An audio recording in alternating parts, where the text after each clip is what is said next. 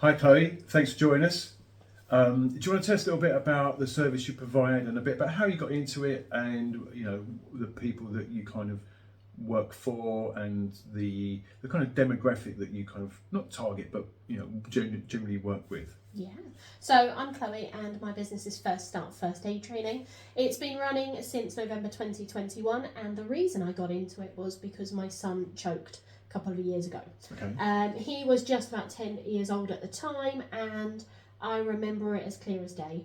He was eating meal and I've got 3 boys and normally food is like eating time at the zoo. Sure. So it's very noisy and I remember it was silent. And just as a parent, you have that instinct and you know that something's not right. And I remember going into the dining room and was faced with a 10-year-old that was panicking and flailing.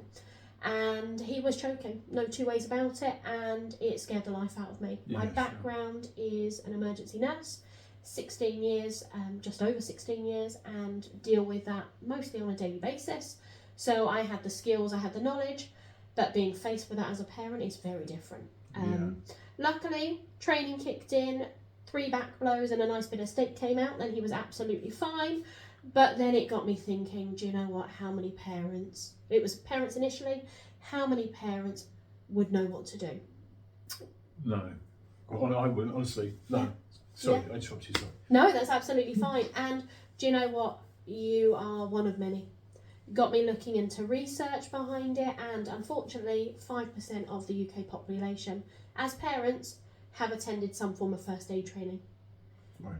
It's worrying, and choking is one of the leading causes of accidental death. How would you, as a parent, you have to deal with it because life goes on, but knowing that you could have done something to have prevented that, that's, to me, that was my calling. Yeah. And very quickly, like I've said to you before, it got me thinking and I wanted to help. You've got these skills that I learnt as nursing. I need to do something because I don't want anyone to be in that situation that I was in with my son. And yeah, very quickly I started looking and, brought up the name of First Start First Aid. That was my hubby's kind of intake into the business, input into the business, and very quickly it got traction and people loved my training. Feedback was it was useful, it was helpful. That was all I wanted. And yeah, very quickly I had some great clients come on board. They recommended me to their friends. Sure. And I was approached by the NCT, so National Childbirth Trust, and they said, we want you on board as our recommended trainer for Colchester. Right. And absolutely loved it. Not just the fact of getting to meet parents, grandparents. I always joke and I say I love children, but knowing that you're doing some good and preparing, because reality of the NHS, yes, it's a great service, but working in the NHS, we see the stresses on it. Yeah, sure. And it's giving parents those skills, the hands-on practice, giving them the skills to be able to have that confidence. If they don't know what they're doing, you get on that phone to 999. But having that hands-on experience with special trained mannequins, I could guarantee that, if you did, if your baby or child was choking, you wouldn't want to hit them hard, because the general rule is that you don't want to cause any harm to your child or baby. For the majority of the general population, that's the case. But by physically having the hands-on mannequins and knowing the signs, the symptoms, it puts you in that position that actually, do you know what? If they fall in this category, they are choking.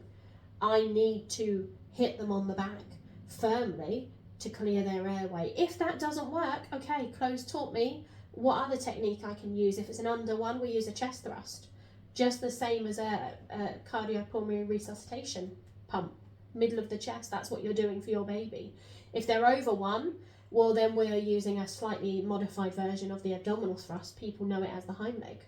And having that hands-on practice, I'm not there as a business to let people just have a go. No. I'm there as it's a life-saving skill. Really, parents shouldn't have to pay for this. It should be part of the antenatal care, I firmly believe. Yeah. I've tried getting it, but unfortunately I've had no traction because of funding issues. So for me, the best thing that I can do is offer that service the cheapest price that I can. We have just had funding approved by the NHS to offer patients of 9 GP practices free sessions. The traction for that's been incredible. And do you know what? That is the kind of goal, to be able to offer the first aid training to as many people as possible. And I absolutely love it. It's not a job. Yes, it is a business, but I don't see it as a job. It's giving people the life-saving skills to make a difference. And you know, I work with, it's not just the parenting, that's one aspect of the business I absolutely love. I also work with children. So I love teaching children because it shouldn't just be seen as something that adults do. Children are incredible. They're like sponges. Yeah. They ask you the honest question that parents wouldn't want to ask, and you sit there and you think, I don't want to ask this because I think it's a silly question. No, children will ask you that answer. Yeah. And the hands-on skill is incredible. So you teach them while they're young, they go with it and they take it into their natural life. And I absolutely love that side of children's learning. And it's also part of the curriculum. You know, if you have a child in a mainstream school, actually learning first aid is part of the curriculum. And who better to teach it than somebody who has the hands-on knowledge that I learn in a day-to-day basis. I absolutely love that side. And then, you know, with the traction of the business, it grew and grew and grew. And we went into the accredited side. So I have now, so for individuals, businesses, the emergency first aid at work, making sure that, you know, your business is health and safety compliant, and you have staff who have the confidence, who have the knowledge, not just to be able to say, okay, that's a burn or that's a potential break, but the knowledge behind it, giving them a really good basic foundation. That's what it's all about. Because hopefully, you hope they're never going to have to need to use it. No, but it's having that knowledge, isn't it? I mean, I've done first aid courses for work and different bits and pieces, football coaching, etc. So you kind of learn then. But I think when you're actually faced with that situation, it's a panic. Yeah. Instantly, you're like, oh, cracky, right, what do I do? Yeah.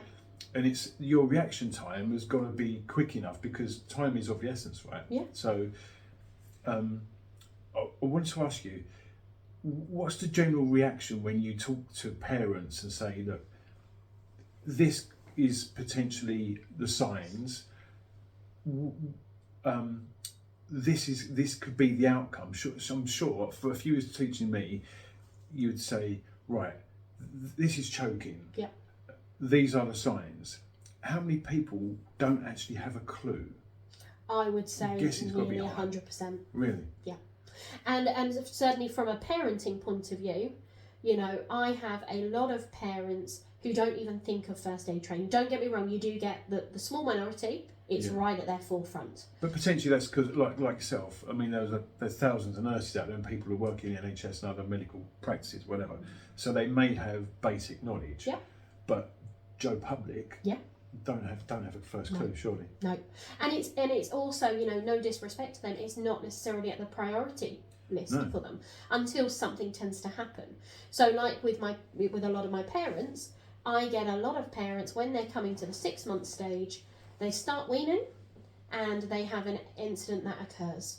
Now, when we explore the incident, and I'll say, look, you know, tell me what happened. Sometimes it can be quite traumatic, and that's quite normal.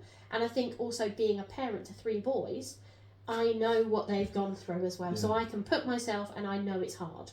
So it is about, you know, taking it, exploring it. Right, you know, I completely understand, but can we just explore, you know, what happened with your baby during this incident that promoted you to get in touch with me? And 9 times out of 10, it will not be baby choking, it will be baby gagging. And gagging is very different to choking. Don't get me wrong, it's still scary if you're in that first moment and you're not aware of the signs of gagging. But when we pick it out and, you know, we say gagging is a safety mechanism, it's there to hopefully prevent choking. You don't need to, you can't ever be complacent with, you know, children, babies when they're eating, drinking. You always have to have that supervision element. But then, you know, we keep it really simple. I always say to parents, look, if they're making a noise, the little meme, loud and red, let them go ahead. That is them gagging. Okay, and that's a normal part of them learning to deal with chewing, swallowing, normal process of eating. Then we go on to the, right, okay, if it's anything, we say silent and blue, but I always joke with parents. And you have to have that kind of jokey element to it. Yeah. Because otherwise, you know, I sit there in nurse training, nurse sessions. Yes, it is very to the point.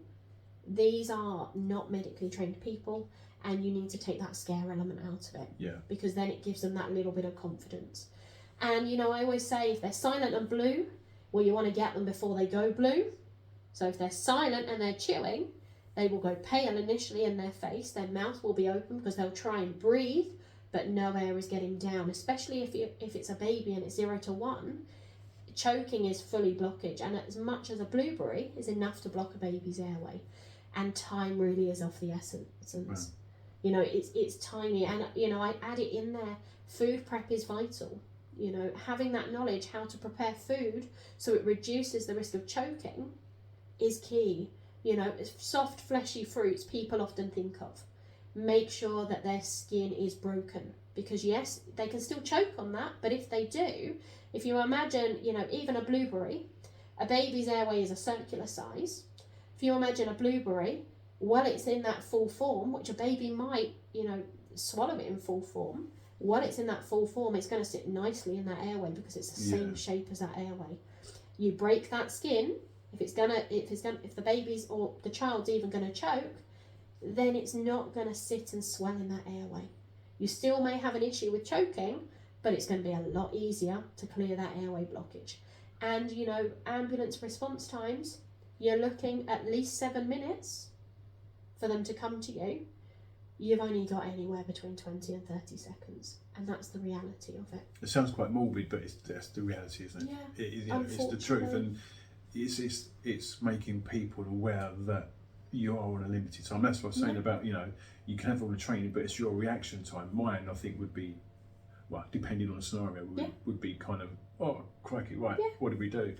Do most of the people contact you that it's reactive, so something has happened, it's like, you know, your house gets burgled and you think, oh, we need to get a burglar alarm, kind of thing, rather than being proactive and thinking, right, to prevent something happening? Yeah, there's a small minority of my customers and my clients who do, as soon as they're pregnant, they're on the phone or they're dropping me an email, which is incredible, okay? But equally, the majority of my clients are after something has happened, that they've had that scare.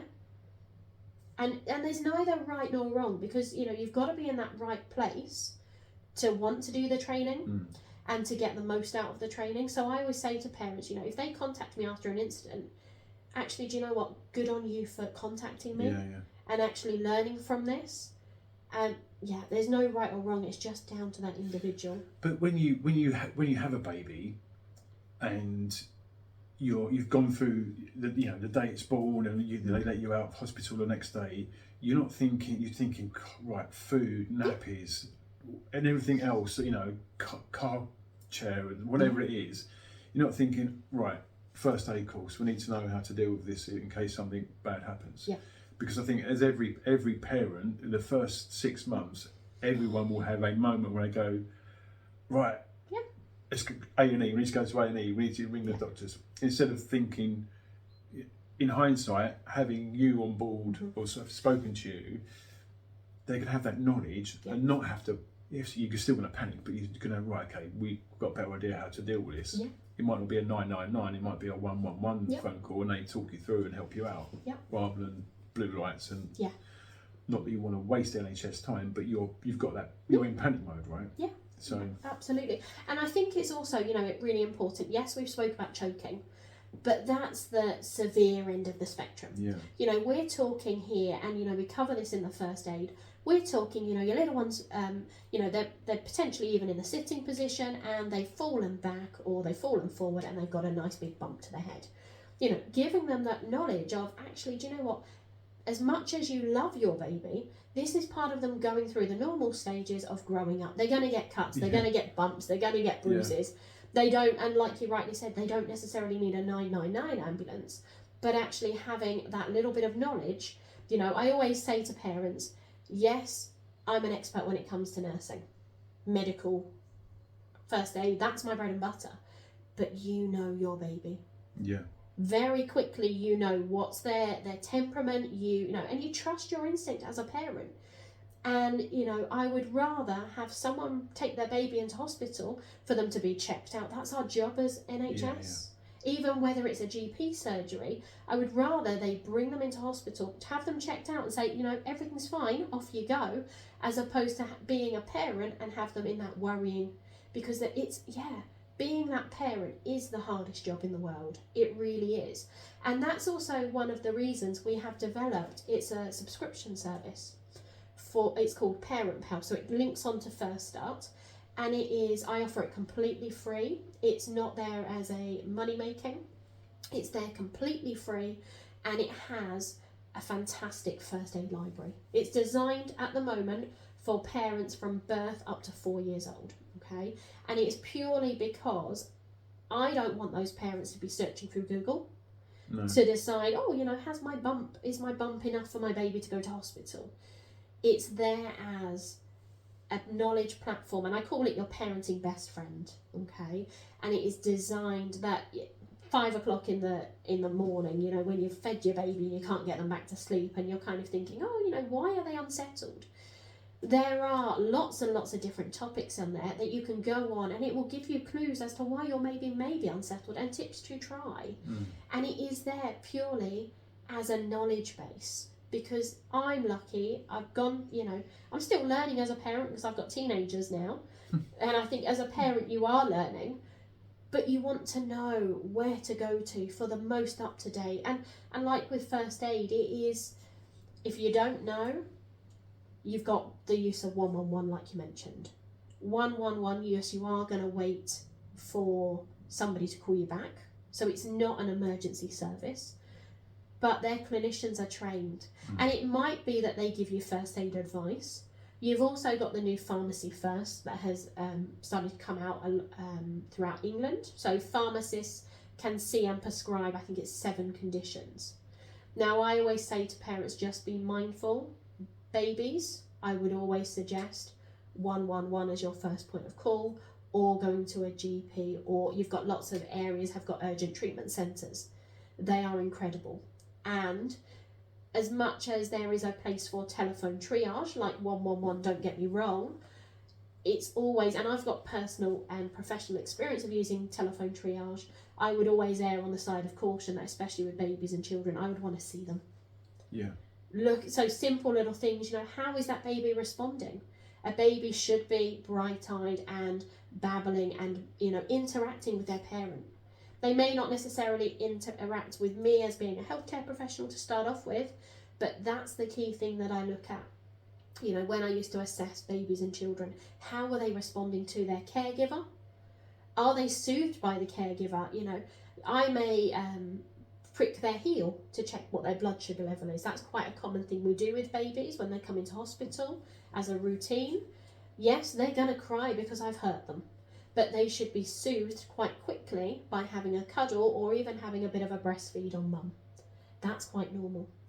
Yes, it's still quite unsettling to the parent because they don't want their little one to be upset, but that's a normal response for baby. And I think certainly as a parent, if you are a first-time parent, it's knowing that this is normal, and anything that's not normal, you know where to go to kind of get that support that you need. Yeah.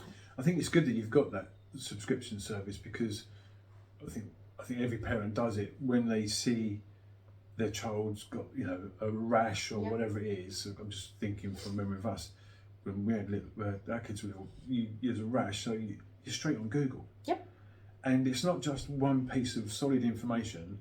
There's thousands of bits of information that could be describing different forms of rash, and you're thinking, and you're thinking the worst. Meningitis. Regardless of what it is, you're thinking the very worst. Yeah.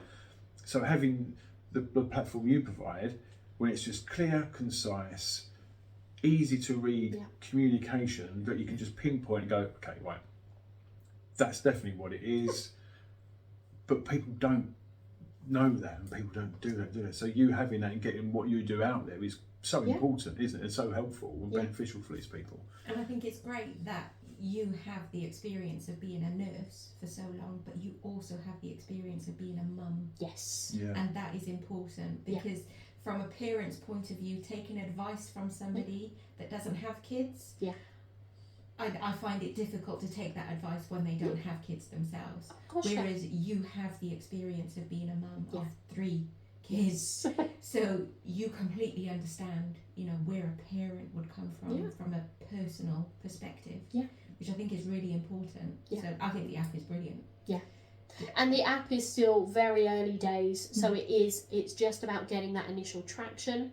A lot of people don't know about it at the moment, and that's the issue that I've got. It is purely there as a, you know, this is the go-to. It's got the most up-to-date. So first aid training, a lot of parents don't know, it updates every year. So I will always aim the first aid training. So if you have a baby, I will teach that.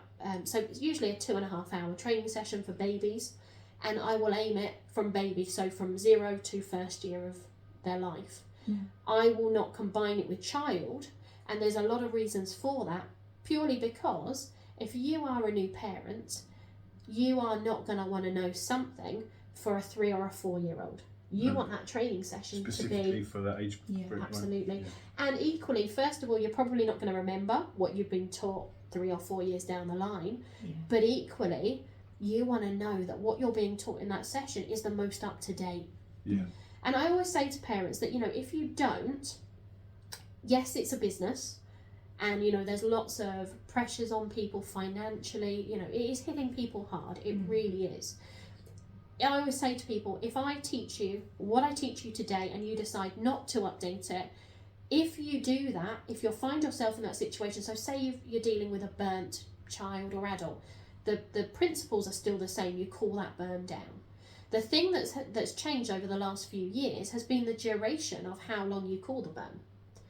If I was to teach you a pull today, you know, you're calling that burn under tepid water for 20 minutes, and you decided, you know, for whatever reason life got in the way, I'm not doing a first aid update in 3 or 4 years' time. Yes, and hopefully you're not faced with that situation, but if you were faced with that situation and you did calling that burn for 20 minutes, you're not doing the most necessarily up to date, but you're still doing something that was evidence-based practice a few years ago. You're not going to do any harm. And I think that's the important thing. Yeah, it's understanding, isn't it? And it's, if you're not taking that knowledge on board and refreshing, it's like when you're at work and you do a first aid course. The courses I've done through various have always been slightly different. There's always been a change. The basics are still there, but it's always you know, new rules or whatever it is we've got to comply with. This is how we're doing it now. You know, the workplace is changing and evolving, and first aid also changes and evolves around that as well. Not just the workplace, but for sports teams and, you know, even I guess as a nurse, what you do is definitely evolving on a day to day, right? Every 6 months or so there will be significant changes that we have to implement, and I think that's also an important part. You know, if you are doing accredited training, you want somebody that has learnt it with a hands-on experience. I've lost count of how many times I've performed CPR on adults, children and babies. You know, I've had that physical, I have broke ribs, but that is part of doing cardiopulmonary resuscitation or CPR. Well, so sorry, I can put literally that broken ribs? Yeah. Really? Yeah. Especially on an adult. So yes, you know, I always say that something has gone very wrong for somebody's heart to stop. The majority of episodes where an adult will suddenly drop down and they are not breathing, they are not responding, they need CPR. Okay, the principle of it is that while they are in that situation, their heart is not beating, their body system, they need oxygen in order to survive. And yes, every organ, as you know, being a PT, needs oxygen to survive as the basic. The most important organ that we think about in that situation is the brain. You and hopefully you're not going to be in that situation, but you know, majority of them happen out of hospital settings. So it is bystanders, family members that are the vital component. performing cardiopulmonary resuscitation, so pumping that chest, you are unlikely to get that individual waking up and breathing on their own while you're waiting for that ambulance to arrive. But the best thing you can do is get your hands in the centre of their chest, kneeling on the side of them and pumping that chest. As Vinnie Jones says it, pump that chest fast and push that chest as far as you can go. And as you were saying though about keeping consistent with your training. Yeah.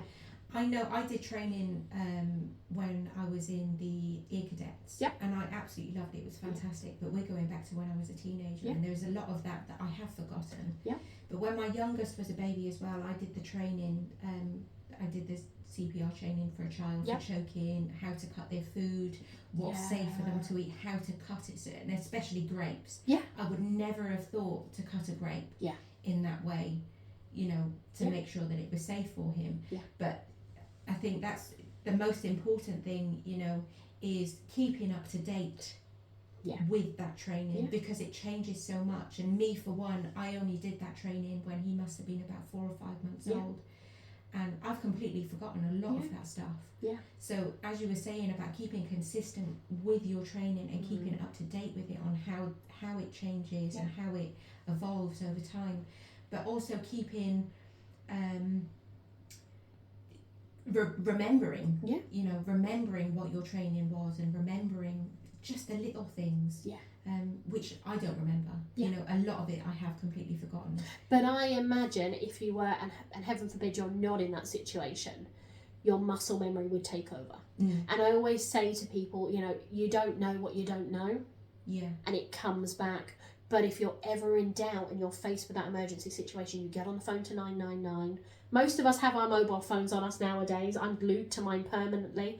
But you get on that phone to 999, you tell them the situation, and they will help you deal. They will give you information on the telephone to help you deal with that situation until the ambulance arrives. And then as soon as that ambulance arrives, they will take over. But certainly from the point of, you know, performing chest compressions, you know, you cannot wait. And I always say that this is somebody's loved one, you know, and it does happen. And it happens more often than you would know. But, you know, the worst thing you can do is, you know, right, okay, so somebody has dropped down in front of me. I don't know what I'm doing. Right, you're going to naturally get on the phone to 999 and they will tell you, right, you know, you need to put your hands in that centre of that chest, keep your arms nice and straight, and you are going to pump that chest. Because if you wait for that ambulance to arrive, you know, that person has potentially will be brain damaged from anywhere from 3 to 5 minutes. Yeah. So, you know, that is the vital thing. And equally now, you know, there are lots of automated external defibrillators or AEDs that are popping up, also known as shock boxes. You know, community settings, lots of private companies have them now. By the end of this year, all mainstream schools have to have them. And that is because they are life-saving pieces of kit. If somebody was to, you know, drop down in front of you and you've got an AED within, and somebody, you know, if you were only on your own, you would get on that chest and you would pump that chest. But if you had somebody else that was with you, you know, like bystanders, then, you know, if they can go and get that AED within 4 minutes and you can get it on that chest, it's proven that so out of hospital survival rates, we're looking at 10%. Which is awful. Whereas if you compare some countries like, you know, Germany, their out of hospital survival rate is 60-70%, and it is purely that much of a difference. Yeah. Is that because of their training or because of the way that everyone's taught to do it? Everybody's taught to do it from a very young age at school. Really? Yeah. I will go into schools and I will go into nurseries, and we put the fun element of it in. Because, you know, we'll have a teddy and we'll go, you know, Teddy needs chest compressions. We will team it to Baby Shark. So you are pumping that chest on the beat to Baby Shark. We will team it to Nelly the Elephant, and even with parenting. And from a professional point of view, if I'm doing performing chest compressions, in my head, every single time I have got Nelly the Elephant. Because I know that if I'm pumping that chest on the beat to Nelly the Elephant, I am giving that brain the best supply of oxygen that I can. As opposed to the, you know, just saying to somebody, push that chest hard and fast.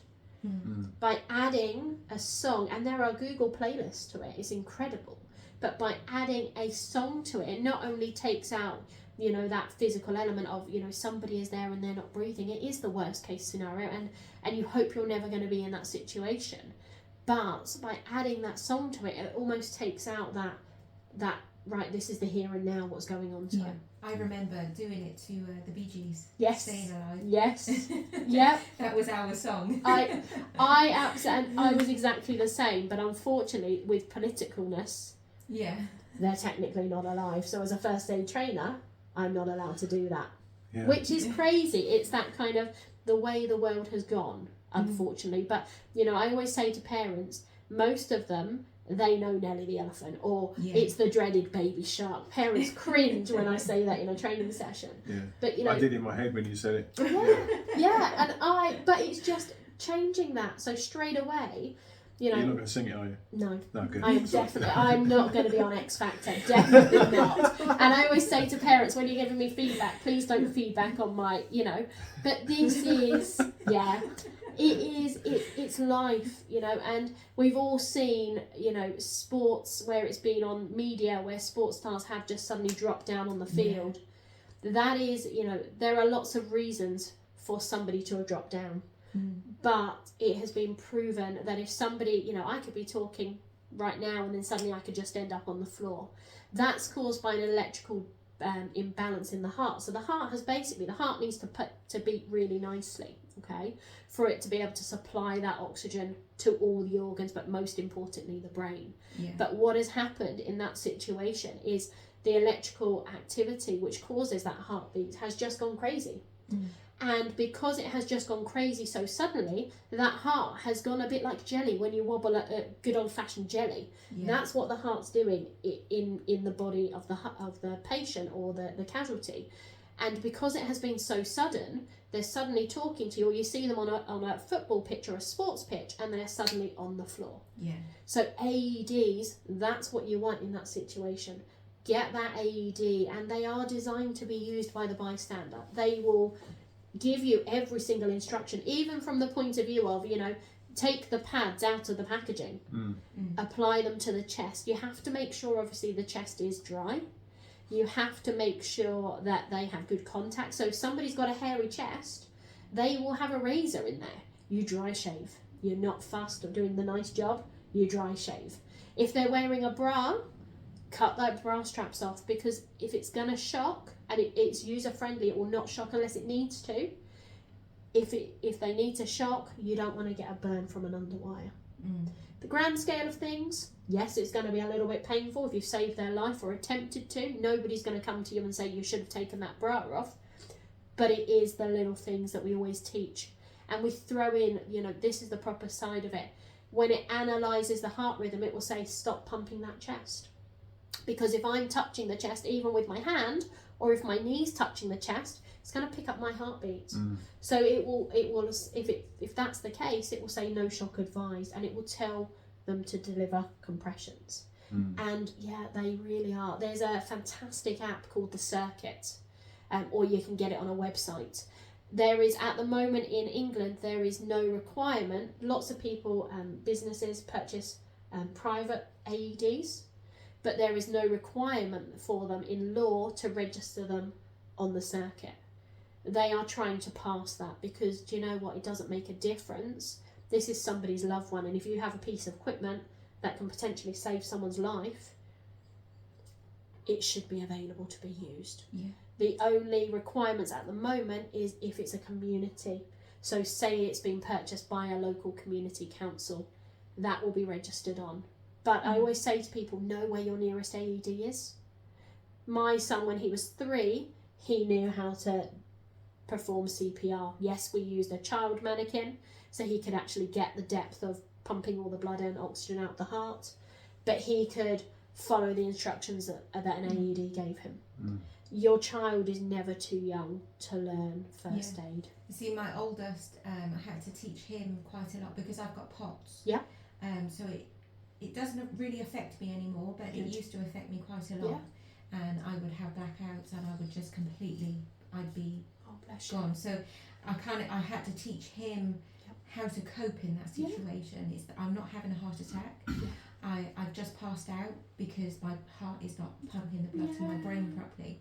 So, you know, that was really important for him to understand. My youngest was too young to understand, but my oldest, he was old enough to understand that, you know, to lift my legs up, to get the blood back to the body, back to my body and back to my brain. And it was teaching him, you know, not to panic in that situation, to stay calm. You know what to do, and, you know, just you know, wait for me to come round, and then it will be okay. And only a couple of times that happened, luckily. For him, he didn't really have to experience it that much, but he never panicked. He always knew what to do. He always knew to lift my legs up and keep them elevated until I came round. And if he couldn't hold my legs, get a chair. Put my legs on a chair. You know, but I think that was really important. Talking to you here, it's kind of brought back a lot of memories of what my kids do actually know. You know, and it's what I have had to teach them over the years of what my mum taught me. So it's quite amazing. You know, you think that you forget a lot of things until you actually talk about them, and then you're thinking about them, and, you know, what you do know and what you have taught other people. So it's quite an eye-opener talking to you today, and remembering a lot. And I think the basic is, you know, personal safety is always going to be your number one. You always have to think of, am I safe if I get involved in this? You know, you also, you know, a really important thing for a child is, what is your address and how to phone 999. That's really important as well. You know, even from the point of view of, you know, with the way you guys live, right? If something was to happen to any of us, you go to the next door neighbours, you knock on the door, you know, you get that adult, they will come and help. And that's the key of it. Children are absolutely incredible, but equally, bystanders are incredible as well. And I think, you know, they're not taking the place of the National Health Service, they're not taking the place of the emergency services, because they equally do an incredible job. But you can reduce some of the stress on an already stretched system as well. But having that training and having somebody like you to give that training, that is so important.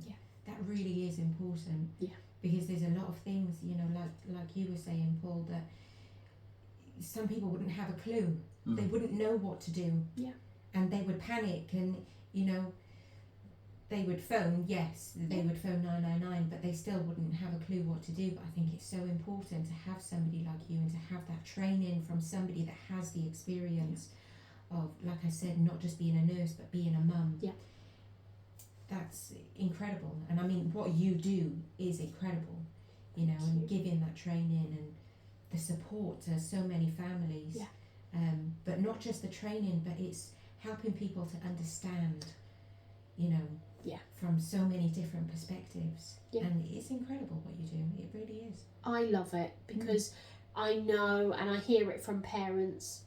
You know, I had one mum who was so scared about the weaning, and her son, and I openly say to her, you know, that I use her as an example. He was nearly 20 months and he was still on pureed, because she didn't have the confidence to know what was the signs of her son gagging, and she was so scared that he was going to gag. After we did a one-to-one training session, and it's also about involving the carers, so not necessarily, you know, grandparents. Who else provides the care to the little one? You know, in this day and age, I wouldn't be where I was, certainly from any of my job point of view, if I didn't have my in-laws. They saved me a small fortune on childcare, but equally I knew that my children were safe because they knew what to do. And so, you know, I do get a lot of grandparents, but going back to this lady, bless her, she did the training session with me, lots of questions. That's what I love. It's not just a question of, you know, delivering the session. They need to know and feel comfortable with asking those questions. And I think that's where I kind of come into my own. No question is silly. Yes, I'm a nurse and I've seen it all before. Nothing shocks me. And after the session, she actually messaged me and she said, you know, we've gone out, we went to the supermarket, and we're now going to go through the proper weaning stage. And that was incredible. I've equally had, you know, other parents, you know, not just from the choking point of view, they were able to react in a situation. And you honestly, don't know what way you're going to react until you're in that situation. And it is okay to be scared. It is okay to freeze. But you always know 999 is there as a number. And they're always going to have your back. Even if it is not that emergency, they will tell you it's not an emergency very quickly because they've probably got a huge call list waiting. They will then advise where to go to get the right help. And it is not always, you know, it is pharmacies now. It is your GP. Most GPs are now offering weekend service because the way the world is going, and there is a demand for it. There is also, you know, the self-help. The NHS website is incredible. Yes, it really is. Parental, as I say, that is work is being done with it to extend the age for it. But the basics are there, and the basics are really, really good. You know, you've got your minor injury centres. Most town has access to a minor injury centre, or you obviously have you have your out of hours if it's weekends and overnight, or you have your accident and emergency. So there is always a point of access that you can get healthcare wherever you need it. Yeah. You do this on your own, right? Yes. And you've been going a year or so? Just over 2 years. 2 years. You've got such a good client base and you continue to grow. What is your kind of growth plan? Are you going to bring a team in and provide that a company to go to? Because it must be quite tough. You're a mum of 3 boys. Yep. You've obviously got the house to run. You've got you have bits and pieces you do. Like everyone we talk to, everyone's juggling and firefighting. Yeah. There's going to be a point surely where you've got to take someone else on board or take another couple of people on board. Yes. But I'm guessing for what you do particularly, there's a massive trust. Yeah.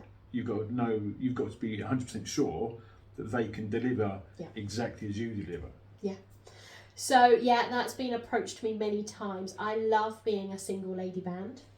I am very particular when it comes to the training and the quality of the training, because that's my number one. You know, there is no point, I wouldn't do this job if the feedback wasn't spot on. You know, I have trained 832 people to date. Every single one of them would recommend me. That's a huge achievement, and I absolutely love it. If I want to scale the business, I absolutely, and I have it would only be nurses that I would take on. Sure, yeah. Colleagues that I've worked with, because I'm incredibly lucky, you know, the emergency colleagues that I work with at Colchester are absolutely incredible, and they are amazing. And yes, I have been in conversations with them, but I'll be honest with you, I would be tough to work with because my standards are so high, and I don't want that standard to drop, because it's, you know, at the end of the day, it's that service, and I want to prepare people. So yes, my long-term plan probably is going to be having to take a few people on, but it's who I take on. Yeah. That's my tough job. Yeah. Because equally, you know, they're colleagues I work with, and it goes into a very different realm if I start to be their employer. Yeah. At the moment, I love what I do, and I will keep doing many hours as long as I can. But there's going to come a point, isn't there, where you can't physically do any more. Yes. You know, you're working 60, 70 plus hours a week. There's only so many hours in a week. Yes. Right? Yeah. And as your brand and your name gets out there, then surely there's, you know, you 3, 6, 9 months down the line, you think, I can't do this anymore on my own. Yeah. If I look, I honestly never expected, you know, word of mouth has been huge for me, and that's incredible, because I love the fact that, you know, people trust me. I think that's the important thing. People are trusting me, and they're trusting the First Start brand. I think absolutely, it does need to scale, and I am going to have to take on staff whether I want to or not. But I think it's really important that the staff I take on are staff that I really trust and have the knowledge. And it's also going to be from that point of view. People have said to me, Chloe, you could franchise. Yes, you can franchise, and it is a very franchisable business. But I would want to keep a very close lid on what the quality of training, and I would want it to be very much that these are the basics that get covered in each session, and they get covered really well by people who have that medical knowledge.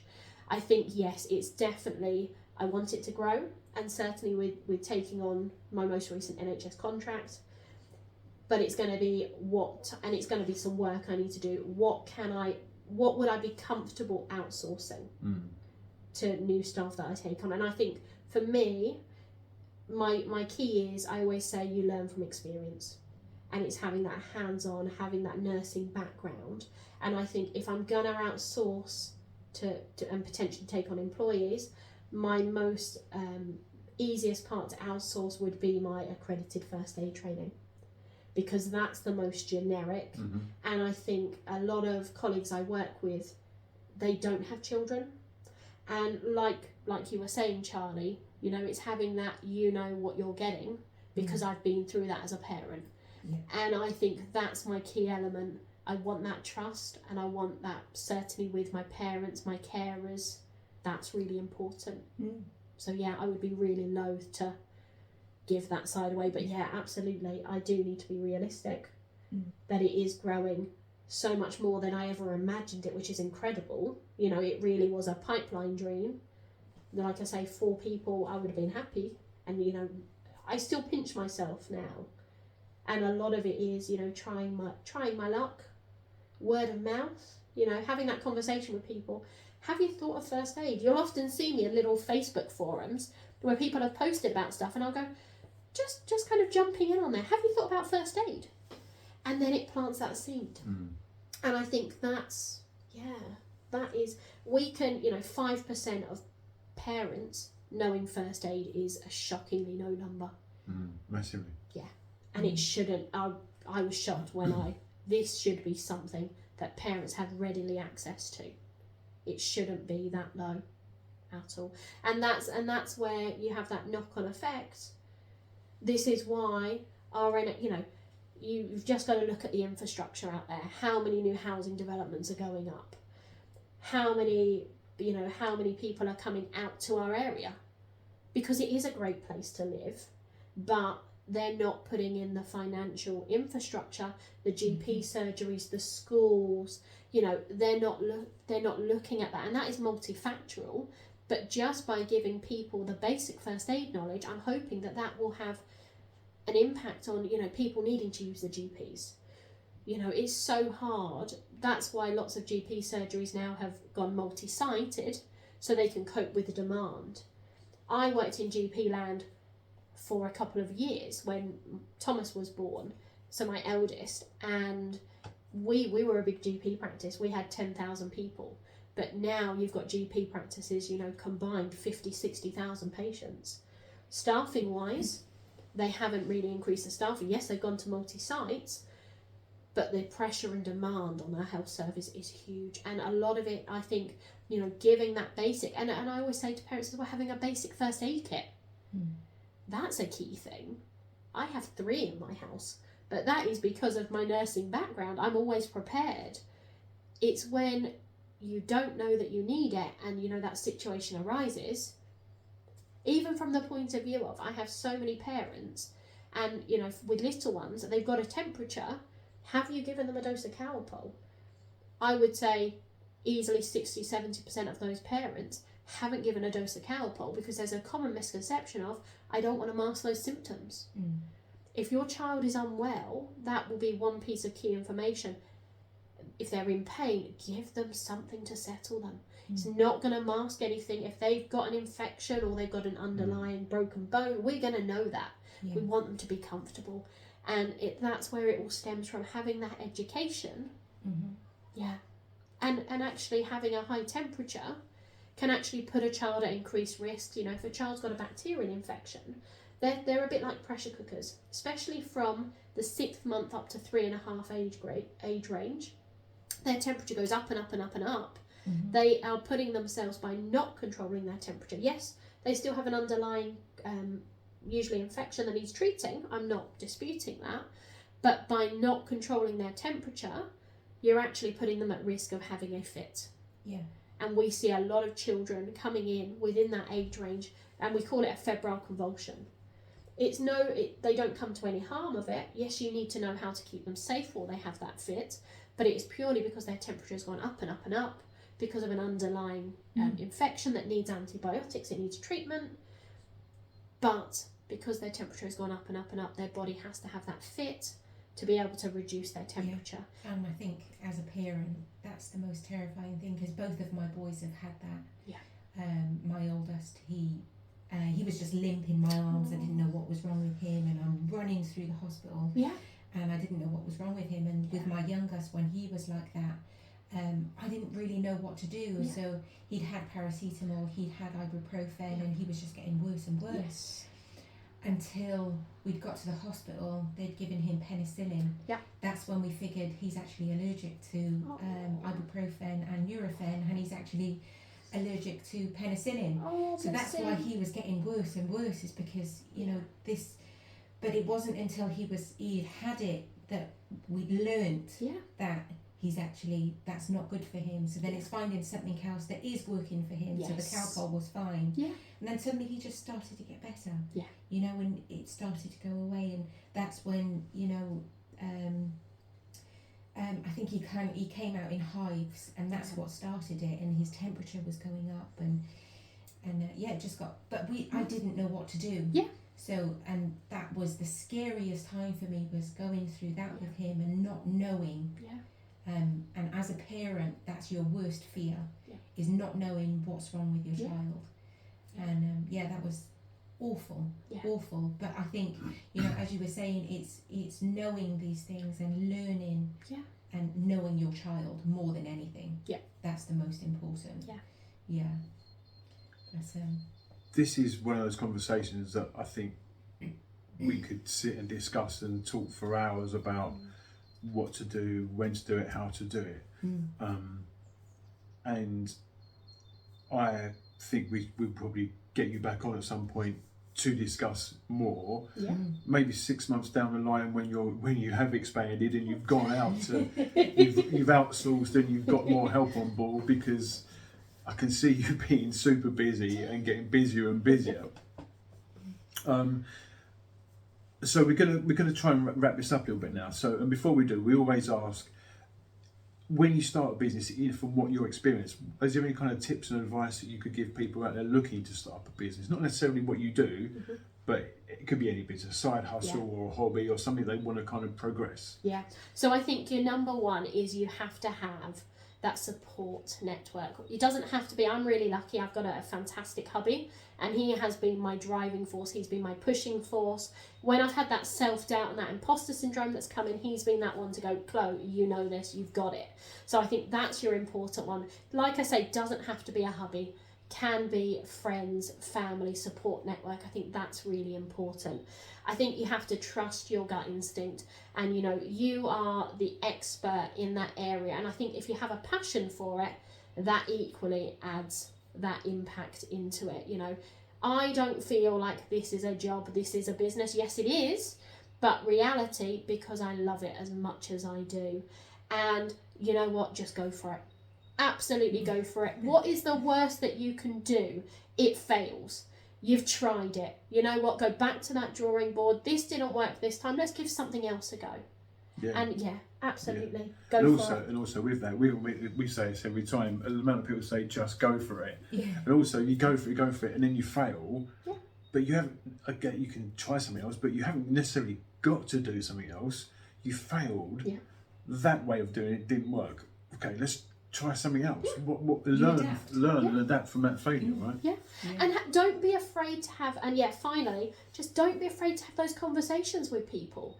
You know, have that conversation. Have you thought about first aid? The worst that somebody will turn around is they'll turn around and they'll say to you, no, not interested. Okay, you're not my ideal customer. You are not my client. Not everybody, you know, I'll put it out there like supermarkets. Not everybody shops at the same supermarket. That's not the right supermarket for them, but they still need food, okay? So absolutely, don't be afraid of that knockback, don't be afraid of that rejection, and don't be afraid to chase it as well. You know, it might be that somebody does that initial inquiry. Respond as quick as you can. I always aim to respond to any inquiry within 24 hours, whether it's a Monday to Friday or a weekend, especially if you're a new business. that then shows them that that you're interested in them. And then equally, if you don't hear back from them within, a few days, follow them up. Don't be afraid. Just sending you a quick chase email. You put in an inquiry a couple of days ago. I haven't heard. Just wanting to chase up.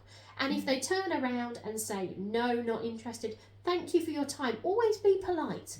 Thank you for your time. Important. I wish you all the best. Yeah, very true. Good advice. Great advice. Right. Finally. Do you want to tell the people how that they can contact you and where they can find you on your website? Yes, so my website, www.firststart.firstaid.co.uk, or hit me up on Facebook, First Start. And you can always give me a call, excuse me, all my contact details are on there. Whatever works for you, I will always respond. Thanks, guys. Chloe, brilliant. Thank you ever so much. You're more than welcome. It's been I've sat here and listened to you talking, thinking, you kind of flash back to things that you've done as a parent, and then training course you've had. It's been super insightful. Thank you so much. You're more than welcome. Thank you for having me. Cheers.